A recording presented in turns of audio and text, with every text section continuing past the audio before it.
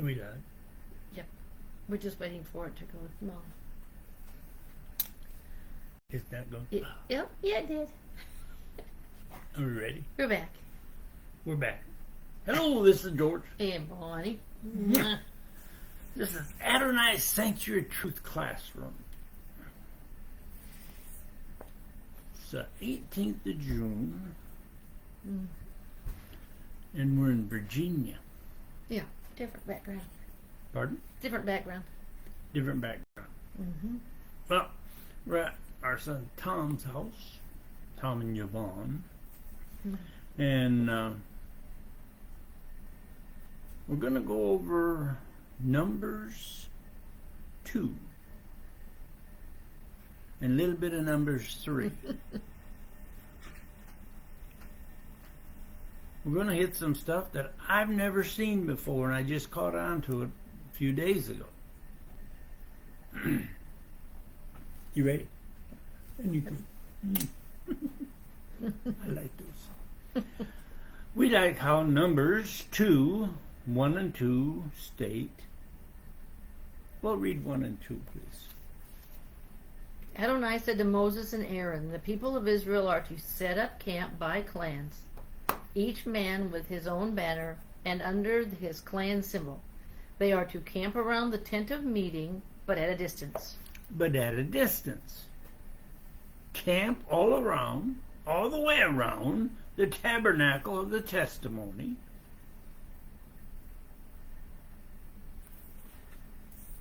Here's how it looks. I don't know if you can see. I think it might be backwards, right? Yeah, we try to make it right way, but that's anyway. It'll get the general idea. This is the general idea. This is the tabernacle, and there's where the sons of Levi stay. And this is where Aaron, Moses, and Aaron's sons stay. But we'll explain it in a little bit, but Dan, Asher, and Naphtali is to the north. Benjamin, Ephraim, and Manasseh is to the west. Gad, Reuben, and Simeon are to the south. And Issachar, Judah, and Zebulun are to the east. Now, this is going to understand why. I wanted to see it and get a closer vision. Not yet. It's backwards a little. Leave but that's okay. Huh? Leave that right there, and then they won't see me. No. Sorry. Now my sweetie's going to read 2. Well, she's going to go through 3 to 9. Physical is not. Those camping on the east side toward the sunrise are to be under the banner of the camp of Judah. They are to camp according to companies, by tribe, and leaders. They are as followed. Judah, 74,600. Issachar, 54,400. Zebulun, 57,400, for a total of 186,400. This group is to set out first. If you're interested in where the clans of Judah, under the tribe of flag of Judah, it was Issachar and Zebulun were with him, were to set up their groups. When one reads those verses, have you ever noticed that those 3 were to be in front, to the west, to the east? Even when moving. Read the last part of 9, please. This group is to set out first. This 3 clan were to be first, in front. We know they were to be first when all the Israelites moved. That's what it says. But how about when there was fighting with other countries? That's just a thought now. The 3 numbered 186,400. The largest of the assigned areas. They were towards the east when camped.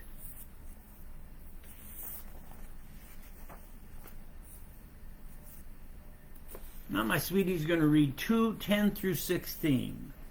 Those camping on the south side are to be under the banner of the camp of Reuben. They are to camp according to companies, by tribe and leader. They are as follows. Reuben, 46,500. Simeon, 59,300. And Gad, 45,650. for a total of 151,450. Now, some people might be going, now, why are those two old people going through all this stuff? We can read the numbers. You're going to find out in a little bit. We find who camped to the south side of the tabernacle. And like she said, there were Reuben, the firstborn, Simeon, and Gad. And like she said, the total was 151,450. And they were the second group set out. And those three are to travel behind the first group. Mm-hmm. She forgot to read that last part. The second group out to move and or maybe in battle. Read 17, please. Then the tent of meeting with the camp of the Levites will set out, with other camps in front and behind. They will go in the same order as their camps are set up. Each man will go forward in his position under his banner. Moses, Aaron, and his sons were to be inside all those other groups because they were in charge of setting up, taking down, and moving the tabernacle, which they all camped around. They would take their place in the middle of all the groups as they traveled with Moses, Aaron, his sons, and the Levites. We find the west side of their camp. Well, I'll read 2:18 through 24, please. Those camping on the west are to be under the banner of the camp of Ephraim. They are to camp according to companies by tribe and leader. They are as follows: Ephraim 40,500, Manasseh 32,200, Benjamin 35,400, for a total of 108,100. This group is set out third. She remembered that time. The tabernacle was protected from the west by the tribes of Ephraim, under the flag of Ephraim, which was one of Joseph's sons. Manasseh, also one of Joseph's sons, and Benjamin, the youngest, from Judah. It also says they were the third group to go out. By Scripture, they would be the group right behind the tabernacle. Mm-hmm. Hello, Dave. Dave Henderson just clicked on and said hi. Hey, Dave. All right, now read 2:25 through 31, please. It's going to get a little interesting. A little more interesting. Those camping on the north side are under the banners of the camp of Dan. They are to camp according to companies. By tribe and leader, they are as follows: Dan 62,700, Asher 41,500, Naphtali 53,400, for a total of 157,600. This group is to set out last with their banners. Now, like she said, we have the group to the north side of the tabernacle, Dan, under the tribe of Dan, or flag of Dan, Asher and Naphtali. They were to bring up the back of the Israelite people. The fourth group to protect the tabernacle back while traveling. They have 157,600. Did you notice the group in the front? Judah. And was the largest one. And the tribe in the back was the second largest one.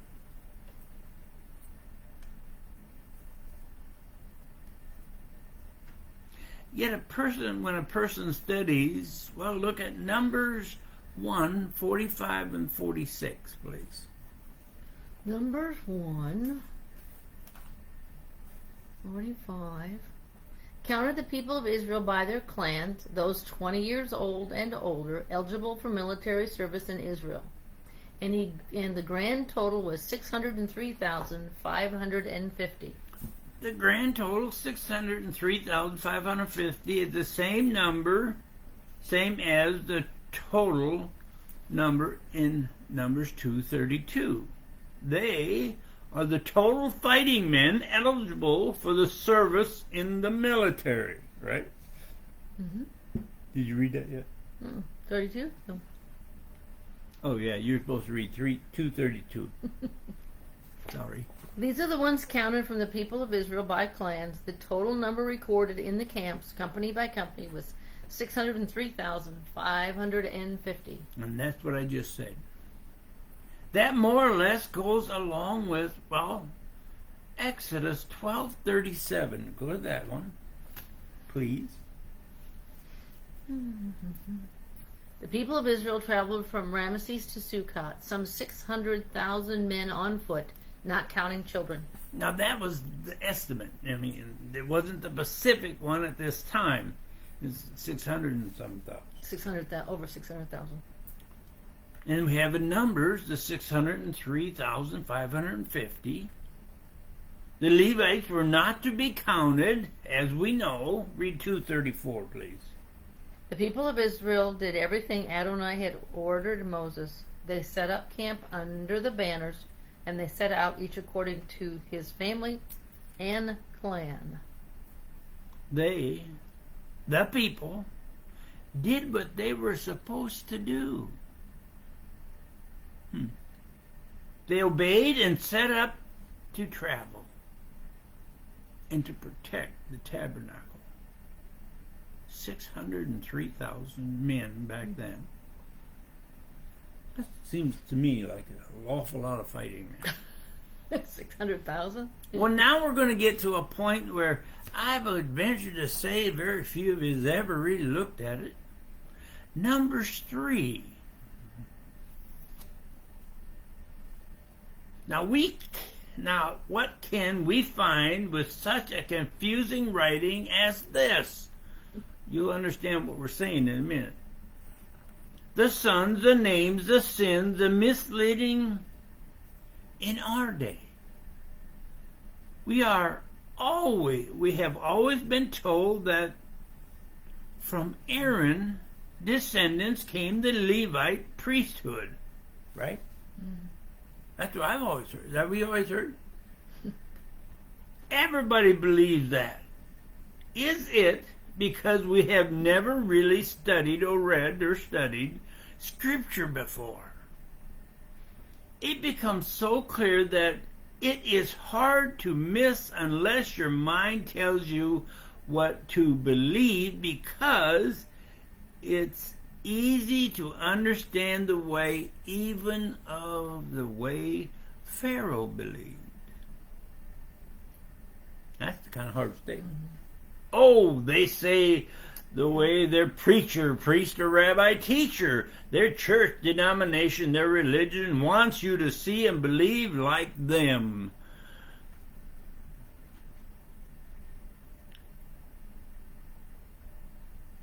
Have they ever told you that up to chapter 3, that isn't a true statement?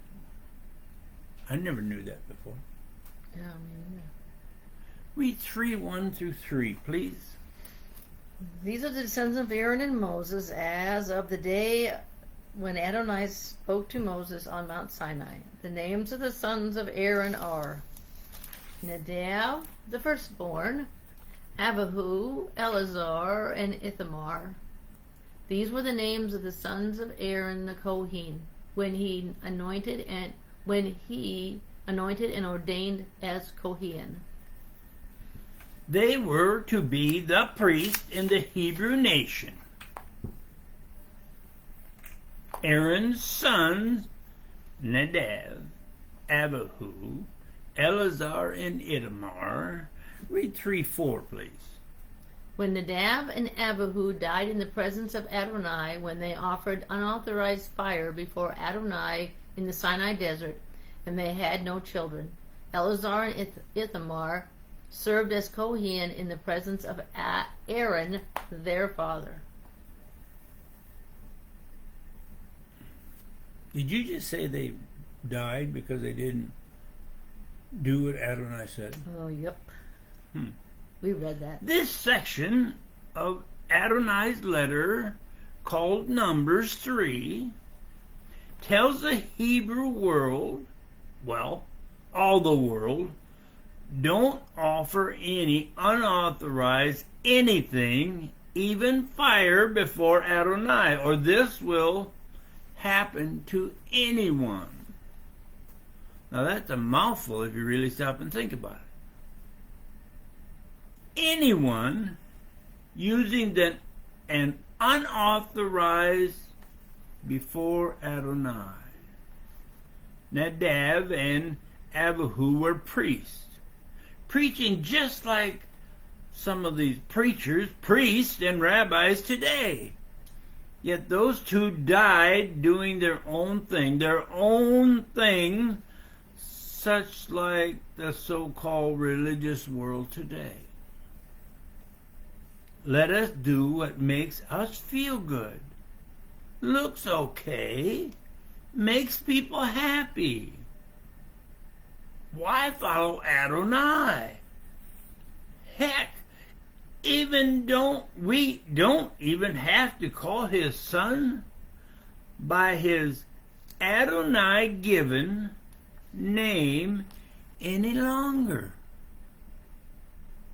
Now I don't know about you, but that seems like it'd be more of a fire and brimstone thing, come down and zap you. That's what happened.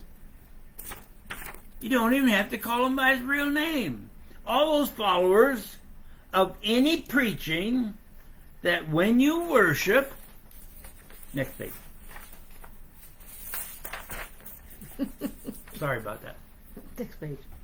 It's already to play with fire if you don't do what Adonai says. Now Adonai sent his angel Gabriel in Matthew or Matthew 1, I believe it's 31, and in Luke 1:21, he came down and told Miriam what to call his son. But think about it.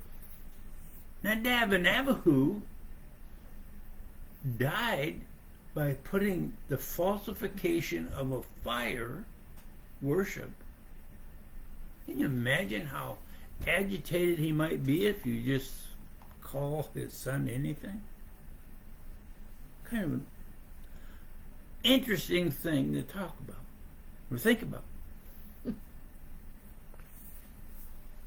And that's in the Old Testament.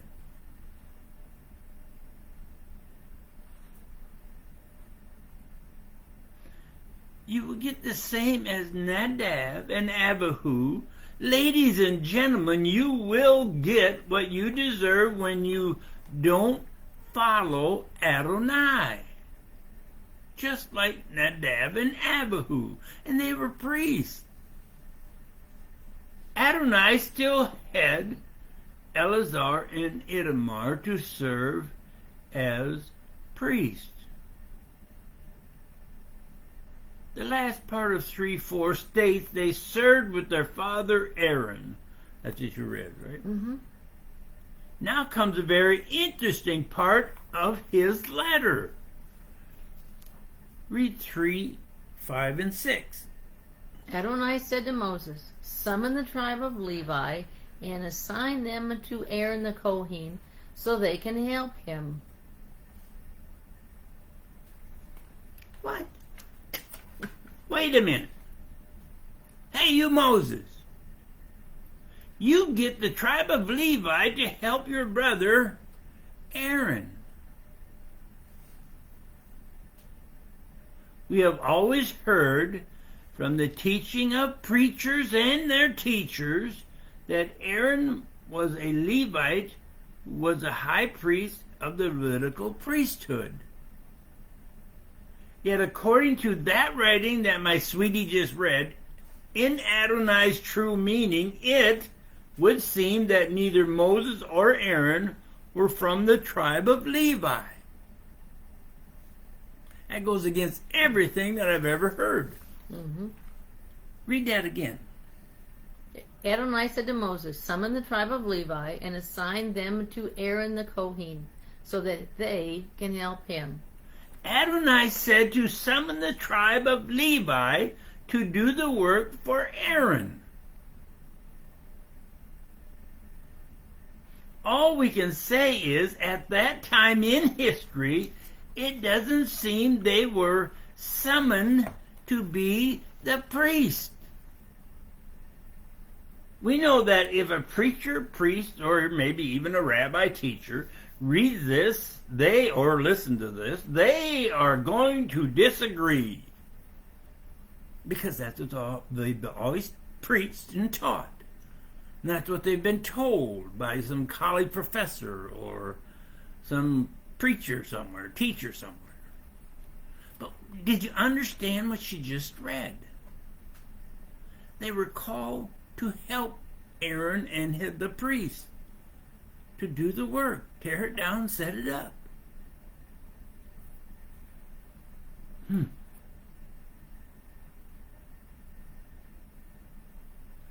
Now, yes, they would disagree. They will say, look at what 3 verse 7 says. Read 3 verse 7. They are to carry out his duties and the duties of the whole community before the tent of meeting in performing the service of the tabernacle.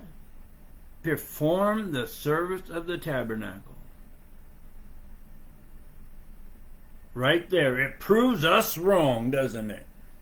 Okay. Well, it would if we stop there. Yet 3:8 seems to give a better view of what the tribe of Levi's job was. Read 3:8, please.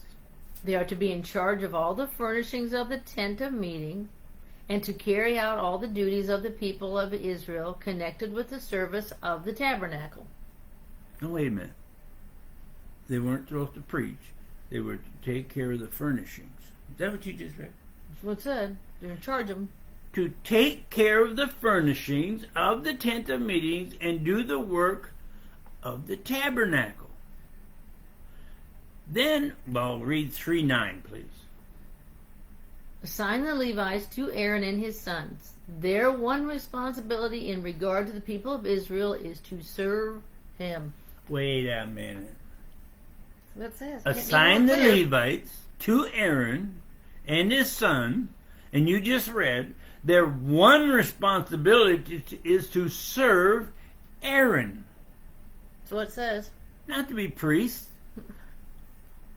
Not at this time in history, anyway. Not in this writing. Then when a person studies 3:10, you should see why we made that statement.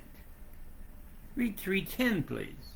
You are to appoint Aaron and his sons to carry out the duties of the Kohen. Anyone else who involves himself is to be put to death.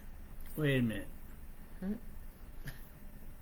Aaron and his son are to be and do the duties of the priest. Now that kind of leaves out the Levites. They had their job, yes, to take care of the furnishing, to set up the tabernacle, set up the tent, tear it down, follow the instructions, and travel with them. They will not get any land. And to serve Aaron. And their job was to serve Aaron. It doesn't say anything at that time in history to say they were priests. Tom, did you make sense, doesn't it? Kind of simple when you read it. I like what he said. I know you didn't hear him. He said, it sounds simple when you read it. English words and everything. Aaron and his sons are to be and do the duties of the priest. You just read that, right? Mm-hmm. That is kind of simple, but it's something I've never, as far as I can remember, I've never heard a preacher or priest or anybody else say that kind of thing. Read the last part of 10 again, please. Anyone else who involves himself is to be put to death. Anybody, anyone who pretends to be their priest at that time in history, except who? Aaron and his sons. Aaron and his sons are to be put to death.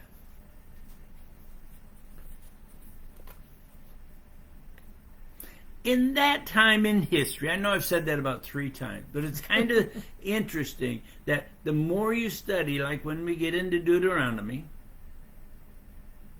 it will talk about the Levites and their preaching. But think about it. In Numbers 3, it talks that Aaron and his sons were the priests, and the Levites were their helpers. So the reason we put that down, as far as I'm concerned, the reason Adonai wanted to put down, at that time in history, no Levite were to be priests. It's kind of simple. And I don't know why I've never seen it before. No. Their Always been job. taught the other way. Yeah, that's a problem. Mm-hmm.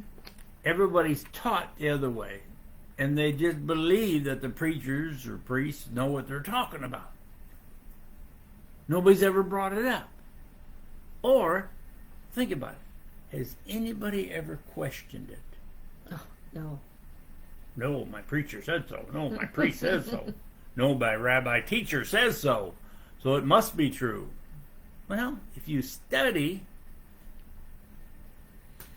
things come out in the open.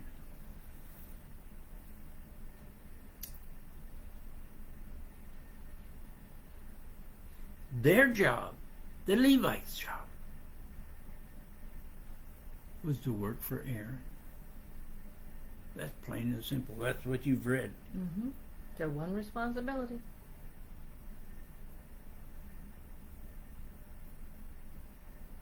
And guess what? Their job was to serve Aaron and being there and doing the job in the tabernacle.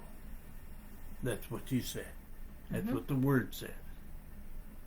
Because they were called to serve Aaron. And again, that doesn't state anything drastic, but it's something that never has been brought out, as far as I remember or know, in any part, in any preaching or teaching that I've ever heard. It's always said that Aaron is from the Levitical priesthood. And right there it teaches you that Aaron was served by the Levites. Mm-hmm. What's that? Did you have one more thing to read? No. That's it. That's it? Okay. I thought there was one more thing you were going to read today. She wanted me to read more, and I There don't was know what one it more is. thing you was going to read. One more thing I was going to read? I thought so. But No, that's wait a okay. minute. My boss says there's one more thing. No. I showed you that diagram that Tom did for us. Pretty one that she covered up the whole screen with. But have you ever really considered that when your preacher, priest, or rabbi, teacher tells you something,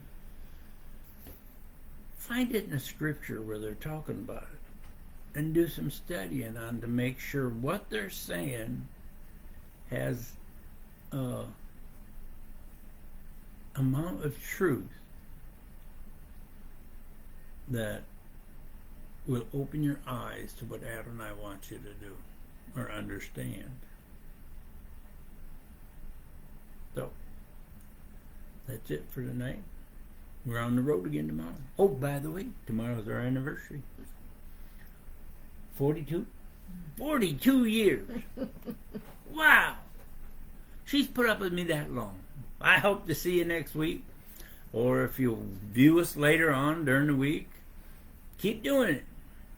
Adonai loves people who study. You don't have to believe what we say. Mm. You don't even have to follow what we say. Mm-mm. But learn the truth when people tell you. And learn the truth. And make sure they're telling you the truth. Because you can't believe everything what people say. Don't believe anything I say. Study it. I think you'd be smart if you did understand some of the things we say. But study it to make sure what we say is true. Well, in the name of Adonai and his son Yeshua, have a great week. Bye. Did you want to say